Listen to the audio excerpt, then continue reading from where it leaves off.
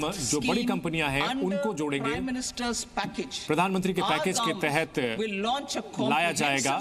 हम एक विस्तृत स्कीम, विस्तृत योजना लागू करेंगे ताकि हम इंटर्नशिप के मौके जो हैं वो 500 बड़ी कंपनियों में मिल सके। वो हम सुनिश्चित करेंगे अगले 5 साल में 1 करोड़ जो युवा हैं उनको इन बड़ी कंपनियों में इंटर्नशिप मिल पाएगी। उनको इससे फायदा होगा। उनको 12 महीने के लिए मौके मिलेंगे और वो बिल्कुल असली जो माहौल होता है उसमें वे प्रोफेशनल्स के साथ काम कर सकेंगे और ऐसे में उनके रोजगार के मौके बढ़ेंगे और 5,000 रुपए प्रति महीने उन्हें स्टाइपेंड भी मिलेगा। इसके अलावा एक बार की सहायता 6,000 रुपए की भी दी जाएगी। कंपनियां ये ट्रेनिंग का खर्च उठाएंगी और इंटर्नशिप का 10% खर्च भी कंपनी उठाएंगी अपने CSR फंड के तहत। जो औद्योगिक फायदे हैं, हम इंडस्ट्रियल पार्क बनाना चाहते हैं। हम इंडस्ट्रियल पार्क बनाना चाहते हैं पूरी तरह से 100 बड़े शहरों के पास ऐसे इंडस्ट्रियल पार्क बनाना चाहते हैं जहां पर सार्वजनिक और जो प्राइवेट सेक्टर हैं वो यहां पर बना सकें और बेहतर टाउनिंग स्कीम भी इसके साथ जोड़ी जाएगी। नेशनल इंडस्ट्रियल कॉरिडोर प्रोग्राम के तहत हम इसको मंजूरी देंगे ताकि इस योजना को फायदा मिल सके।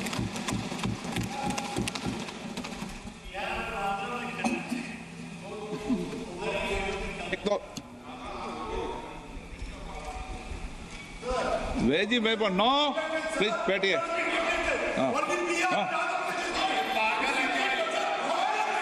रेंटल हाउसिंग, किराए पर मकान की जो सुविधा है, डॉर्मेट्री तो जैसी सुविधाएं उपलब्ध कराई जाएंगी। जो भी औद्योगिक कामगार हैं उनको उपलब्ध कराया जाएगा डॉर्मेट्री की सुविधा वाली रेंटल हाउसिंग।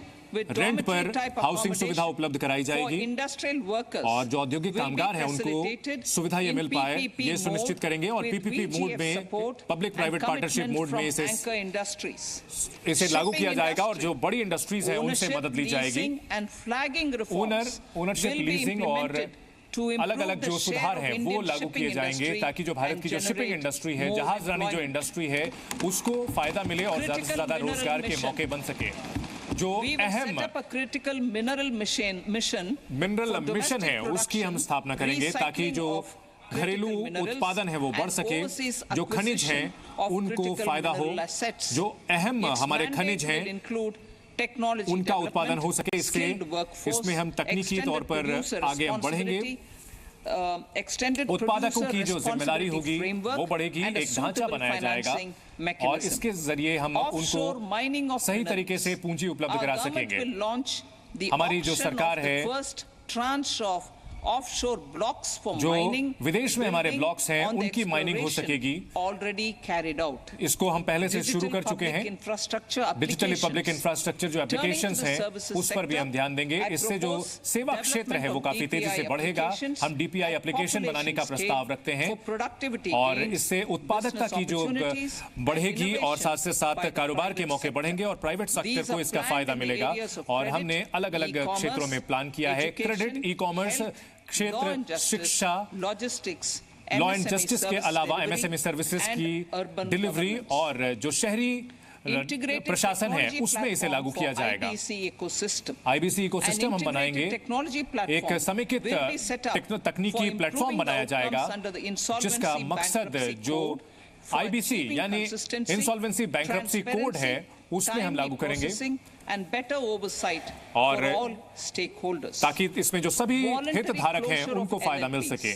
जो LLPs हैं उनको खुद से खत्म करने की प्रक्रिया को हम आगे बढ़ाएंगे।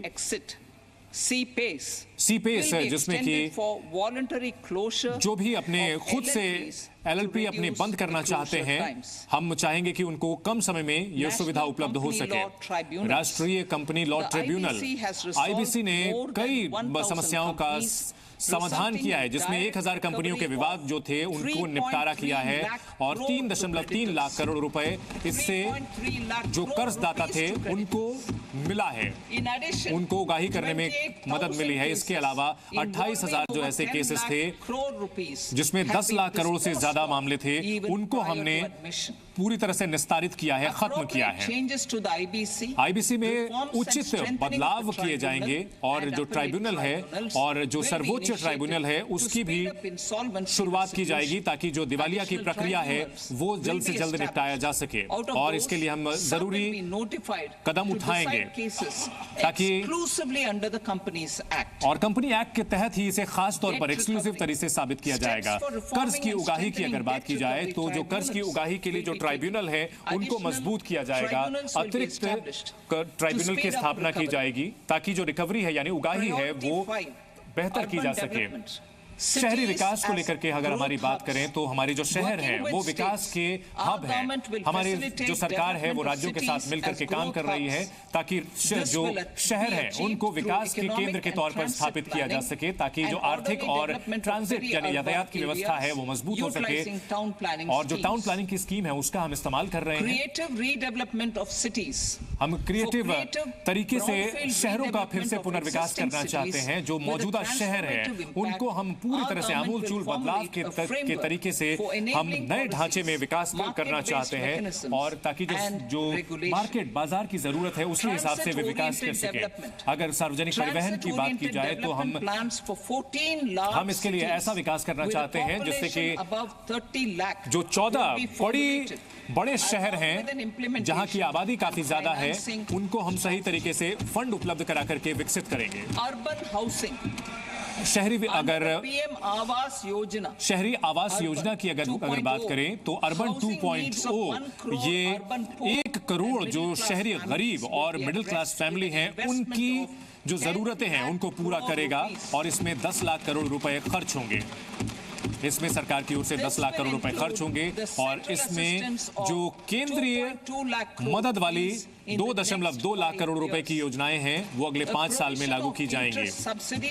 इसमें जो कर्ज से जुड़ी हुई सब्सिडी है वो सही रेट पर उपलब्ध कराई जाए, सही दर पर उपलब्ध कराई जा सके। इसके अलावा अलग अलग जो नीतियां हैं और विनियमन है वो जो रेंटल हाउसिंग है उस पर हम ध्यान देंगे और हमारी कोशिश है कि जो किराए का क्षेत्र है उसको हम विस्तृत कर सकें। इसके अलावा पानी की सप्लाई और जो सैनिटेशन की सुविधा है वो बेहतर तरीके से मिल सके। इसके लिए हम राज्य सरकार के साथ हम विकास कर रहे हैं। बैंकों को हम शामिल